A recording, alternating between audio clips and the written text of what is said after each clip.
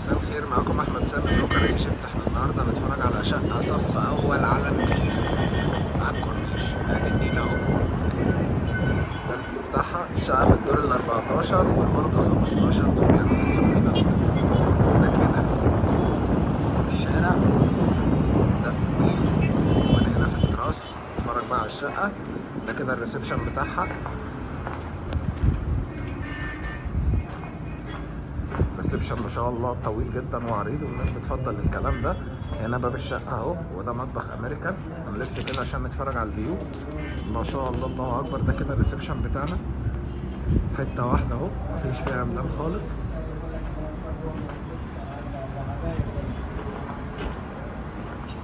صف اول على النيل. تمام، نخش بقى نتفرج على بقيه الشقه. عندنا هنا مطبخ امريكان، ممكن يتقفل عادي مفيش مشكله.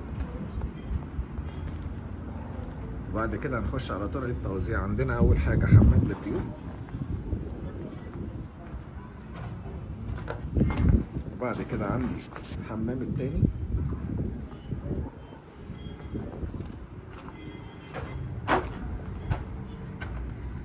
كمل زي ما احنا. عندنا اول غرفه،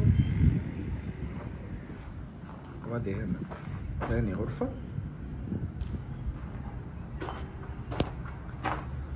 وعندي جوه الغرفه الثالثه. دي الغرفه الثالثه ومعاها الحمام بتاعها. يعني احنا عندنا شقه 3 غرف ب3 حمام.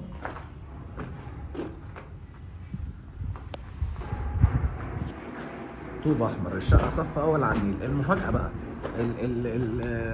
الصدمه في الموضوع، بكام الشقه دي بقى؟ الشقه دي يا جماعه ب 2 مليون 100 كاش. حد يصدق ده؟ ب 2 مليون 100 شقه صف اول على النيل. الفيديو التاريخ النهارده شهر 12 2024. الاسعار دي لحد اخر السنه، مش هتكمل اكتر من كده. متوفر حاجات تانية، دور تاني ودور تالت وادوار متكرره، وفي كذا برج جنب بعض، يعني في انفنتوري. شقه زي ما وريتها لكم اهي، صف اول على النيل، تقسيمتها 3 غرف و3 حمام. هتلاقوا ارقامنا في الديسكريبشن، لو حد مهتم ممكن يكمل. يا جماعه الاسعار دي عشان محدش يكلمنا في وقت تاني، الاسعار دي لحد راس السنه باذن الله.